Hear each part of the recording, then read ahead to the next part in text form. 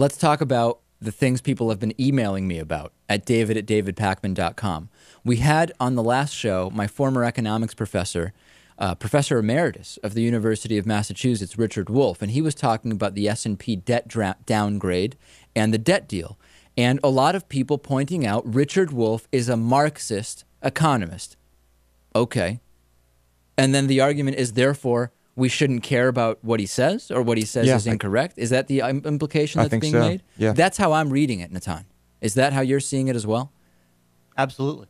I mean, it's the typical comment that is not an argument, but is said in such a way that it goes in place in a sentence where an argument would go. Oh, he's a Marxist, so somehow that that delegitimizes everything he says. Everything he said seemed to make sense to me. And you know what? I didn't even hear anything particularly Marxist about what he was saying. He was saying pretty basic stuff about the history of the S&P. Let's be frank. A person who writes one simple phrase that says he's a Marxist and that's supposed to delegitimize him, if you ask that person what a Marxist is, I'm pretty sure they can't answer you. Could be. That's probably true. Another email. Who remembers when all the Democrats were screaming about how bad the debt was when Bush was president, and all the Republicans said debt was irrelevant?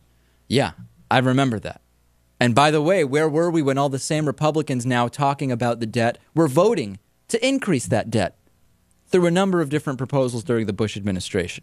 Not really mentioning it. If debt is irrelevant, I guess it doesn't matter how much you increase it, right? Yeah, that's what you would think. On the topic of robots replacing humans, what will it do to society? What will it do to the economy? Robots don't have unions or rights. When profit matters above all else, cheap products replacing humans is inevitable. And then, if robots can produce goods faster, better, and cheaper than human hands, then it comes to reason that prices should come down. This doesn't seem to give capitalism the ability to work, because the goal of capitalism is ever increasing profits. That's an interesting take. Right. And the problem then is, how do we as a society produce enough jobs for the remaining human workforce? We need new jobs and professions to keep the masses of people willing to work working.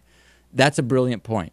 And that's a question, which is, if we just think of robots replacing current human jobs and not creating new areas of work, and we keep getting more and more humans, it's going to be a problem. But we need a paradigm shift. And you would think as society becomes more and more advanced, now there are many jobs which 100 years ago were necessary, which now are not, they're completely foregone conclusions in human life, for the most part, when things work properly. Mm-hmm. So the question is, what paradigm shift may take place to lead to the next level of human innovation? I don't have the answer. I don't think Lewis does either. I don't think anyone does. On the topic of Mitt Romney, Romney has no principles, no integrity. He will say anything, switch any position in his pursuit of power. I agree. Mitt Romney seems to be the epitome of the flip-flopper. And I'm still hoping Sarah Half-Term Palin enters the race, maybe even as a third-party candidate. The teabaggers would be so confused trying to decide who to vote for, Palin or Bachmann, that their brains would literally short-circuit. I still maintain Sarah Palin will not be running for president. She has no reason to. She can't win. She's making much more money doing what she's doing now, and it's probably a more relaxed schedule, too.